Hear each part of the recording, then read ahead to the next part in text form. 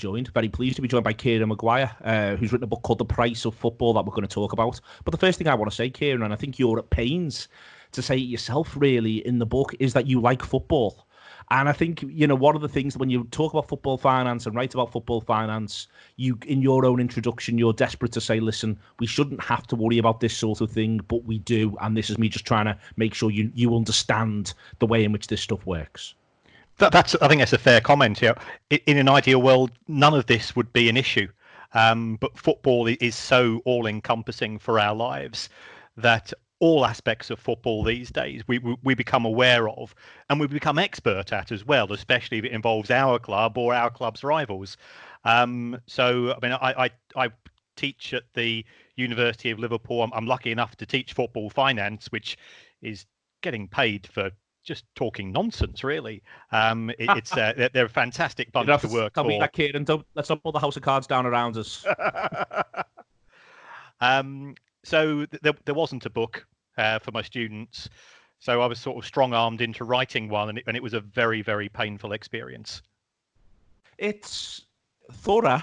There's no shadow of a doubt there. It seems to me as though in understanding the way football finance works, it is all very much about building blocks, but there's something else as well which I want to sort of, and I think it's important again to say this out the front, you do mention it relatively early in the book too, that don't expect it to be consistency across football clubs, across leagues, and that indeed is one of the reasons why it's actually quite difficult for regulators of the game to cope, is that different football clubs are adopting different practices all the time in terms of what they are or aren't making public. Yes, it's frustrating from my point of view, especially in the lower leagues. They publish so much information. I mean, I received Bradford City's accounts about half an hour ago, so I opened them with excitement, and it was a bit like on being on Christmas Day and getting a pair of socks. There wasn't a lot there to get excited about, but you've got to take the rough with the smooth. Trying to achieve consistency between clubs is impossible. Some clubs will take hospitality sales and stick that in commercial income, and others will stick it in matchday income. And some clubs will take the TV money from UEFA and they'll try to stick that in one slot and another slot. So sometimes you just got to go and rely on the bigger numbers. Ultimately, you've got a total amount of money coming in and a total amount of money going out, and that should be relatively straightforward. But then you've got those clubs who have got owners who are pumping the money into the clubs from weird and wonderful vehicles, and that causes further aggravation. But it's exciting in a way because it allows me to go through the small print, which being a bit of a geek, and that's the only way I can be described, I think, is what you're there for. Well, yeah, I mean, you make that point that Mansfield, I think you use Mansfield Town's returns, the 3 pages long, whereas Manchester United's are 1,870, I want to say 74, I could be wrong, pages long, and that's almost, first that tells the story to a certain extent about the two clubs, but it also tells a story about the reporting mechanisms that matter, about who it is that they're, who's effectively almost the audience for this, because in Manchester United's case, it's the New York Stock Exchange, and I'm thinking about buying some shares in Manchester United, which I'll come back onto you about in a minute. And on the other side, there's Mansfield Town, where it is effectively still run as almost, I want to say like a parish club, but even parish clubs have minutes that are longer than 3 pages for meetings, and even that is, theoretically this is the same sport, but they couldn't be further apart as businesses. Absolutely. Mansfield Town and many of the lower league clubs, they're personal fiefdoms. And therefore the owners, they take a variety of approaches. Some say, well, hold on, ultimately this football club is part of the local community, and I want to be open and transparent with everybody because we're football fans. We invest something that the owners don't. We invest our lives in our football club.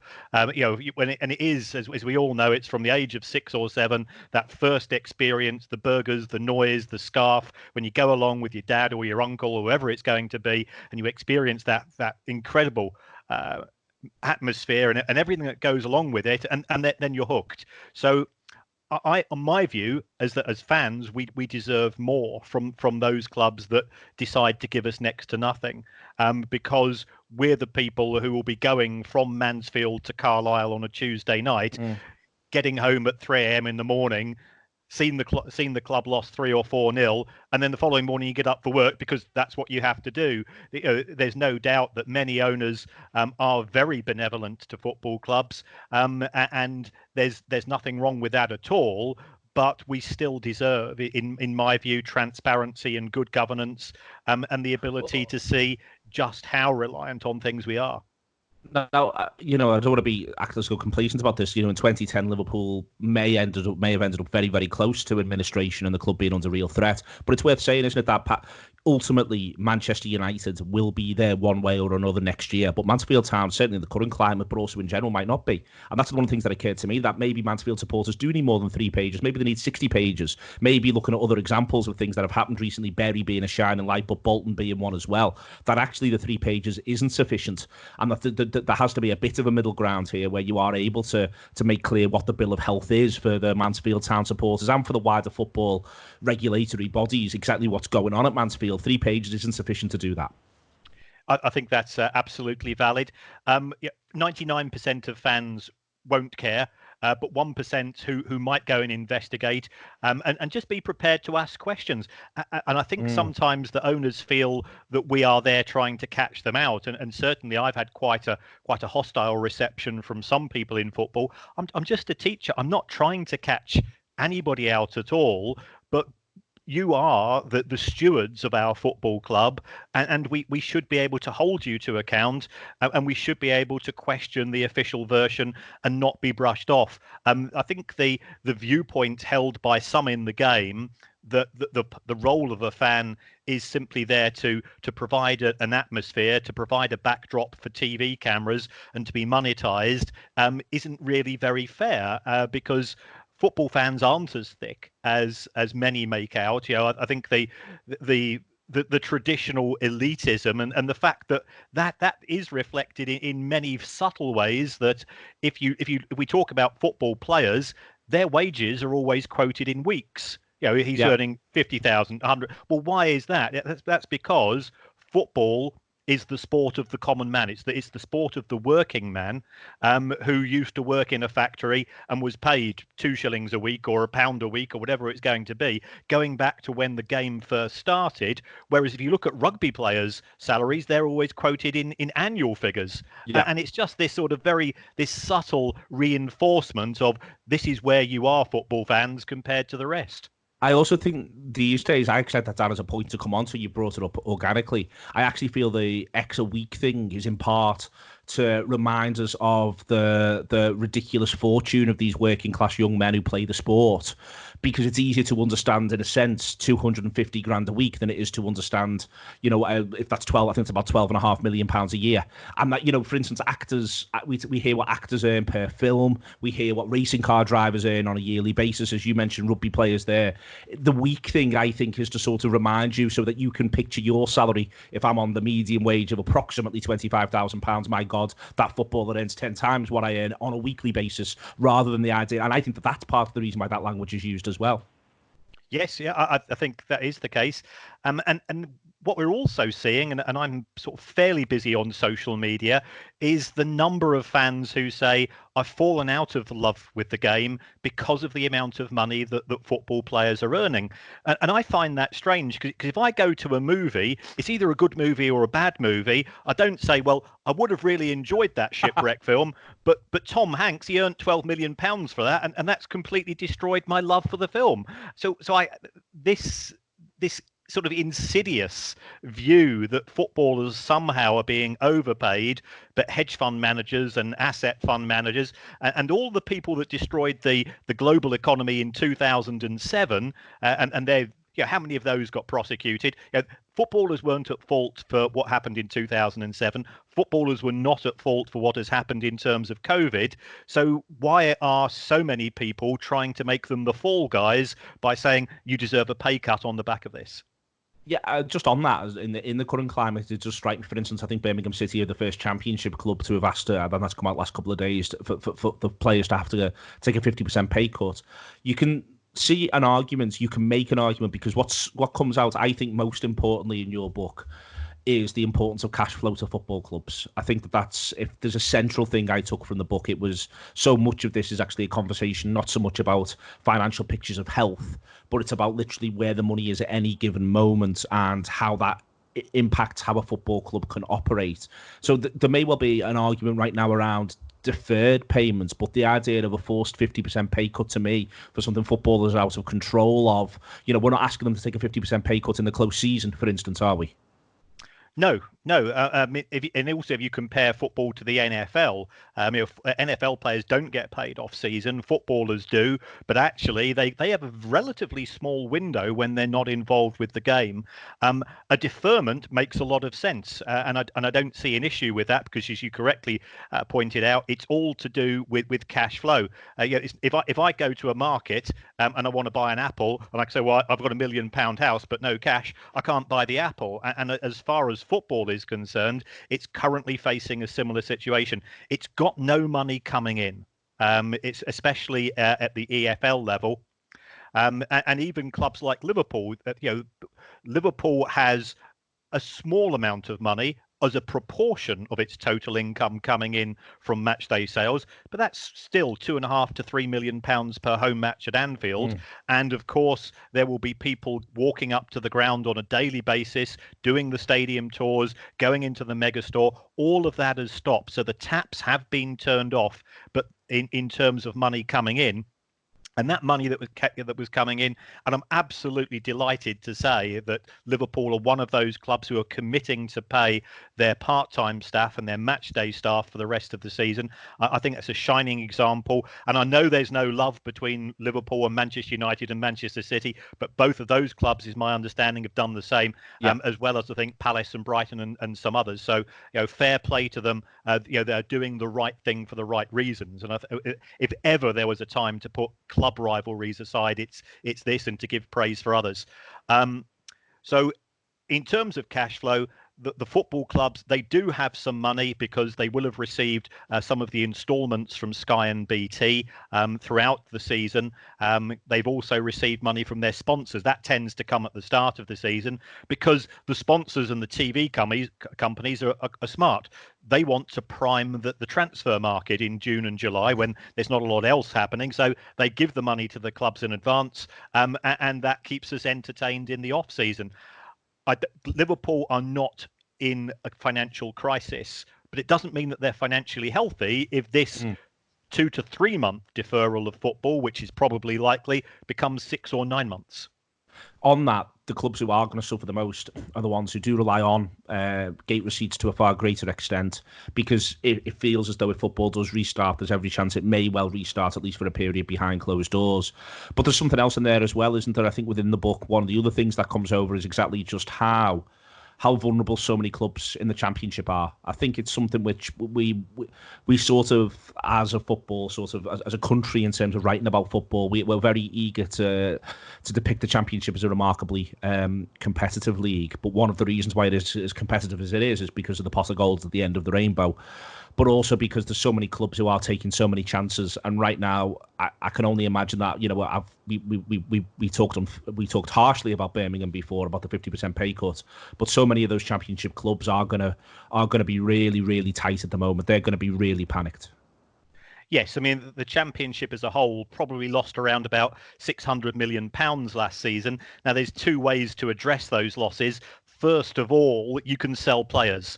But the trouble is that this summer, nobody's got any money to buy players. So whilst you might have some very talented young men, and I always feel very uncomfortable about the idea of treating young men as commodities, and that's what we do. We do that without thinking, and ultimately they're still sons, boyfriends, husbands, fathers, and so on. They are not commodities just for fans to say, well, we've got X and X, and he's a really good player, we'll get £20 million for him, as if he is just a spare car or a spare bicycle that we can flog off when we choose. So I think the transfer market is going to take a hit. The other thing that we do see in the Championship is owners with very, very deep pockets, and they have historically underwritten those losses at clubs very, very generously for a variety of reasons. But as you correctly said, there is this view of the pot at the end of the rainbow. The trouble is that pot tends to be, in my view, a bit of fool's gold, because as soon as you get there, all of that additional money disappears in the form of higher player wages and higher transfer fees and operating costs and things of this nature. So Fulham went up in 2018. Their 2019 accounts came out. They've lost £20 million. I'm a Brighton fan. Okay, I've got a season ticket at the Amex. I schlep up and down the M6 on a regular basis.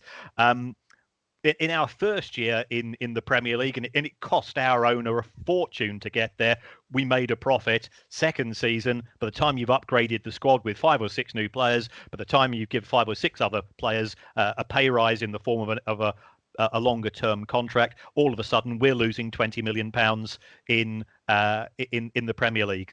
There's another club in Liverpool. I can't quite remember their name, but they lost over £100 million last season because they had a new owner who says, I want to break into the Big Six, and the only way to do that is to spend money. How long these people can continue to do this is, I think, at a time of a global crisis, open to question, because traditional businesses and forms of income to those owners, those might start drying up. I was talking to Aston Villa supporters yesterday. We're just looking at each club sort of as this hiatus has emerged. And one of the things that occurred to me whilst doing the research and talking to them was exactly how vulnerable at this time, given everything that's going on, Villa are, say, in comparison to Norwich. That Norwich haven't done any of the upgrades in terms of the squad. They've, I think Norwich's biggest signings are lads who they sent back out on loan to Coventry. They spent £3 million on. They haven't taken that risk. Yes, there will be some increase in wage bill in terms of those players receiving bonus payments and increases for being in the Premier League. But Norwich are in a situation where they've arguably got a couple of saleable assets if they need them. But they also haven't gambled anything on staying up. And so if they do go down, if they go down 20th and Villa go down 19th, next year, you can make a really strong argument Norwich are going to be in much better shape than Aston Villa are whenever football recommences if both sides find themselves in the Championship. Yeah, I think what Norwich City have done, they've taken an air shot at the Premier League. They've said, we're actually going to have a slightly bigger budget than last season in the Championship. Obviously we want to win. They beat Manchester City early on. Everybody was quite excited. They thought, wow, perhaps they have worked this out in terms of strategy and recruitment, and they've got a really tight-knit squad. And Sheffield United have done effectively the same. I appreciate that they've signed McBurney and 1 or 2 others, but they've spent pretty modestly for an amazing achievement this season. But if Norwich do go down, they've got the money which has come in from the Premier League plus 2 years worth of parachute payments. And I think what the model that they've followed is that of Burnley. When Burnley first came up, they didn't overspend. I think Burnley, from a financial point of view, are the most prudent of clubs in the Premier League. I know quite a bit about the way that they operate their wage budget. All of their players are on a very, very tight, narrow band. There's no big time Charlies there. There's no stars at Burnley, are there? It's a team of sort of built in the model of Sean Dyche himself. They're mainly English players. They're mainly players who have perhaps come up from decent Championship clubs. And look, that these are young men that are multimillionaires, all the same on the back of that, but not to the same extent that we're seeing in respect of some of the other clubs who have gone for gold. And I think Villa are a prime example. They signed Wesley for the best part of £40 million. They made some other big signings as well. And if you are signing a player for £40 million, the first thing his agent is going to say, well, if you can afford £40 million for the transfer fee, then surely you can afford 20 to 30 million pounds over the next 4 or 5 years in respect of my player's contract.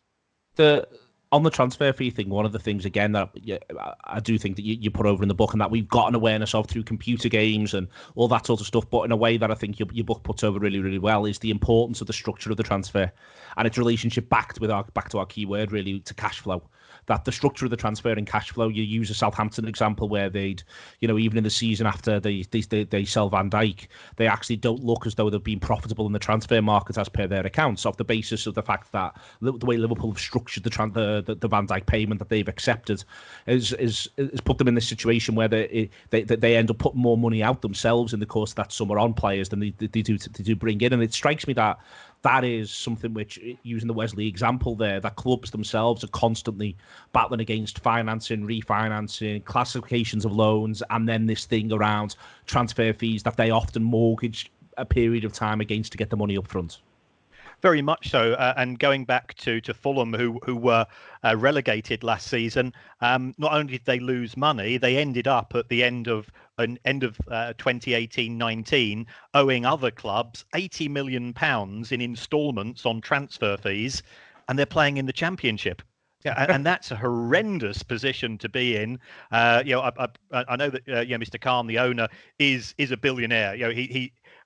He's got money in terms of numbers that we cannot actually envisage as lay people, and I'm sure he'll therefore be able to cover those losses. But there's some other clubs where the owners aren't quite as rich who have done similar, and therefore they are in a very precarious position, because the next set of transfer instalments are going to fall due on the 30th of June or the 1st of July for most clubs. And what on earth is going to happen then if football hasn't resumed? We've not therefore received the next payments from Sky. It is to a certain extent a house of cards, and there's going to be big winners and big losers if that happens. And I don't want that to happen, because irrespective of how dumb some clubs have been in the past, I still want some form of sporting integrity and some form of competition to look forward to next season. And also, in amongst all that, this is why, there's been lots of talk about what will or won't happen with the season. It's one of the reasons why, from Fulham's point of view, you certainly couldn't just do a status quo and say, well, West Brom and Leeds go up and we sit third in the Championship, but we'll accept that.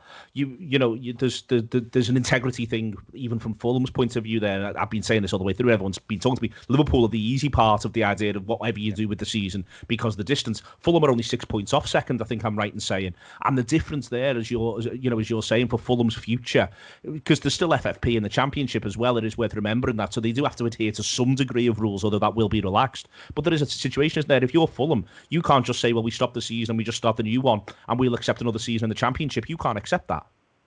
Absolutely, because too much is riding on it. They gambled on Fulham in terms of going up. I appreciate that they sold Ryan Sessegnon, but they kept their captain. They signed Anthony Knockaert on loan. They signed Mitrovic.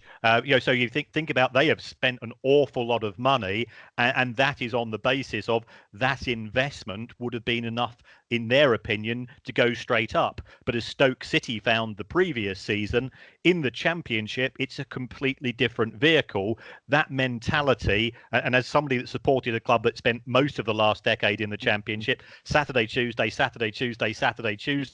it's relentless.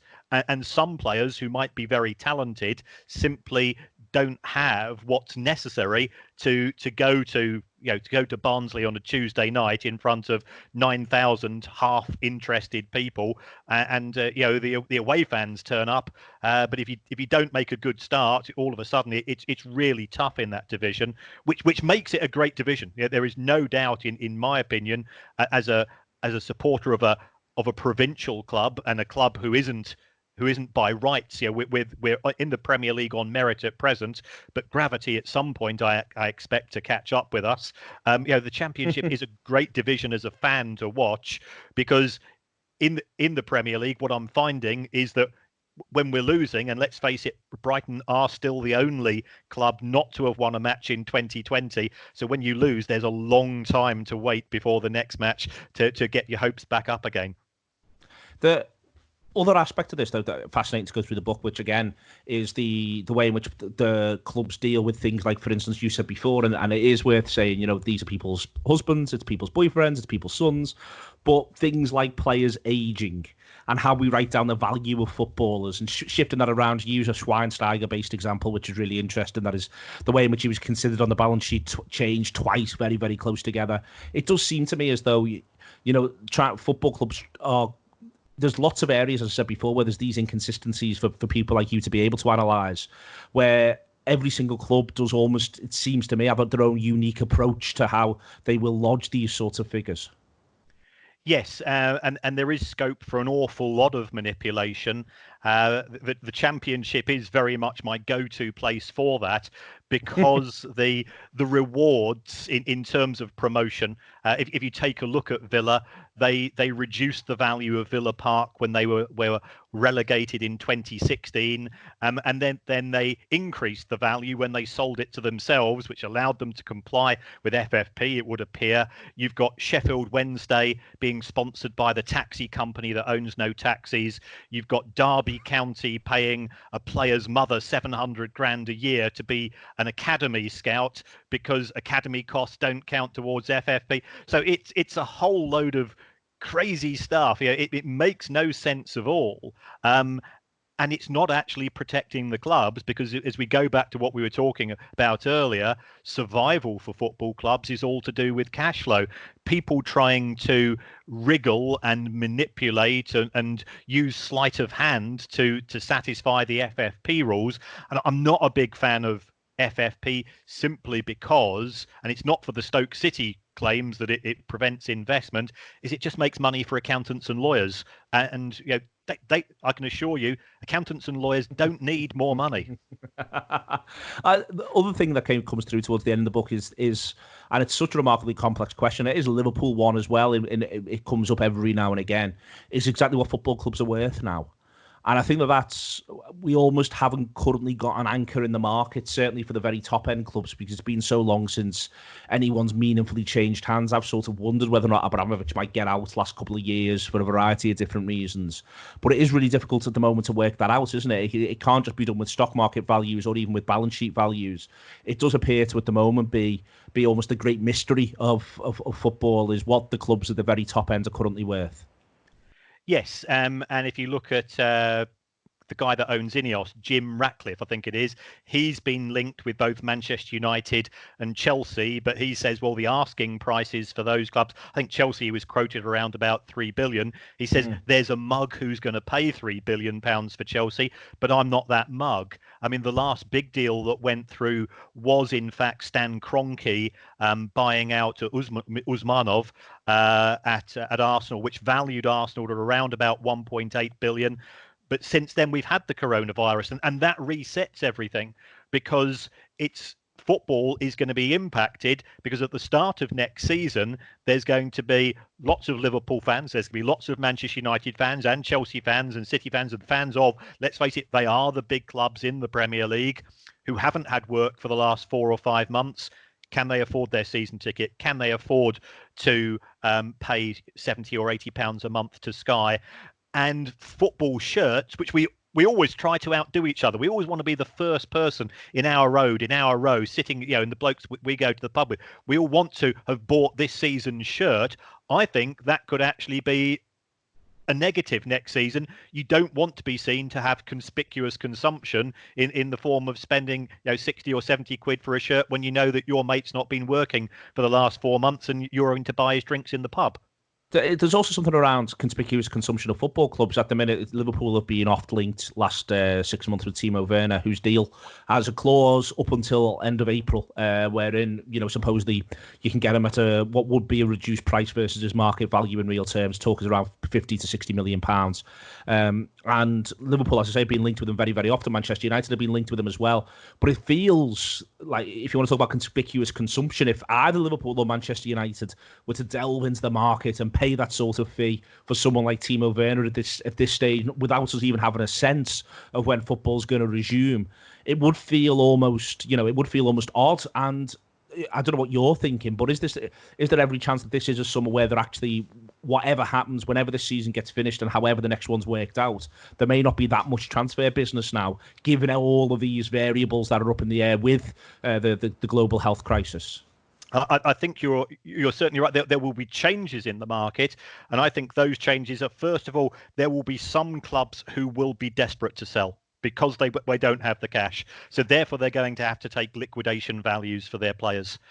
So I think the number of transactions, and we're all working on the basis that football is going to resume. We've got to work on that basis, and we all at the same time know that football is a complete triviality compared to the health of everybody around us. If it does return, I think it will be a muted market in terms of prices. I think those clubs that do have a bit of money will really be able to exploit this, and there is no such thing as a market value for a player. The longer the coronavirus delay in the return of football takes, the lower that player values are going to be when whatever comes of a transfer market returns at presumably some point in the summer or autumn. It's one where I think the clubs themselves, and I'm always intrigued by the idea of when we grow up, and certainly given the way in which football was presented to us sort of 30, 40 years ago, you always presume that the people who are in the football club know best. And one of the things that books like yours do and work like yours does is make that crystal clear that, like every other industry, football clubs are run by humans. Humans can get things wrong, and most of them are trying their best to get the best possible outcome, but that isn't always possible. There will be a lot of people right now in football clubs working ever so hard, not necessarily getting things right, but working ever so hard and not really being able to plan. And Liverpool's success last few years, I think, has been predicated on very, very strong planning. But the variables have just increased massively, haven't they, for everybody? And I think that it's going to take a lot for football to work out what on earth it's going to do next in a variety of different ways. Very much so. In terms of, are we going to sell every ticket for next season? Should clubs be going to fans and saying, we need to reduce season ticket prices for you, because we know that the vast majority of people in the country, especially a club such as Liverpool, which is based in a working class city with a strong working class support base, does it have the right to be demanding the same amount of money as perhaps it had initially been anticipating? Or at this time, because it's around now season ticket renewals begin. That's right. I mean, and I've seen some clubs, and I'm not bigging up my club, but I happen to know a bit more about it than others. We pay on a direct debit basis, interest free. The club actually wrote to everybody last night and say, for the next 3 months, no direct debit payments. We'll push things back. We want to get some money from you. In terms of your cash flow as a fan, we're acknowledging that you've got problems just as much as everybody else has.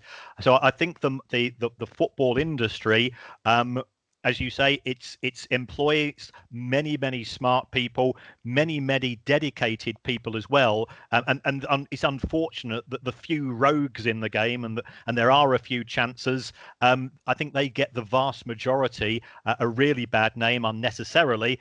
It's the same with players. Some players do some things which don't reflect well upon themselves, but actually it doesn't reflect well upon themselves rather than the whole industry.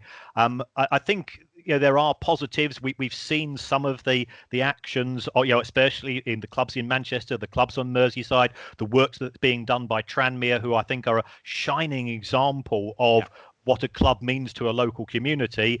For football could actually come out of this really positively, and acknowledge the fact that it is part of the identity of the local town or community. It is part of my identity as a fan, and it does represent all that is best about the locality. Excellent stuff. I suspect we may well speak again, Kieran. Do buy the book. It's called The Price of Football. You can get it as a Kindle, or you can buy it in hard copy and get it delivered. Maybe cut and climb, but get it as the Kindle version, because it just takes the stress off the delivery people. They've got enough to do without delivering the book. But it's very much worth reading, and it is available right now in a variety of different places, Kieran. But it will probably have to just be delivered at the moment, if we're honest. Yep. And just as a final note, I've managed to persuade the publisher to reduce the price to £9.99, and all of the royalties of the book, I've said, are going to the Trussell Trust. It's a food bank. Given what's happened in recent times, there are people that are going to be in need. I'm in a fortunate position. I've got a full-time job. I don't need any money from the book, so 100% of the royalties are going to the Trussell Trust. That will be announced formally in the next day or two. Marvellous. Well, when that gets announced, we'll push that out there and also give people the best ways in which they can buy the book and ensure that happens. So we'll push that out there as much as we can, that the book's there, and we'll give people through our social media loads of different ways to click to be able to order the book, whether it's an e-copy or a hard copy.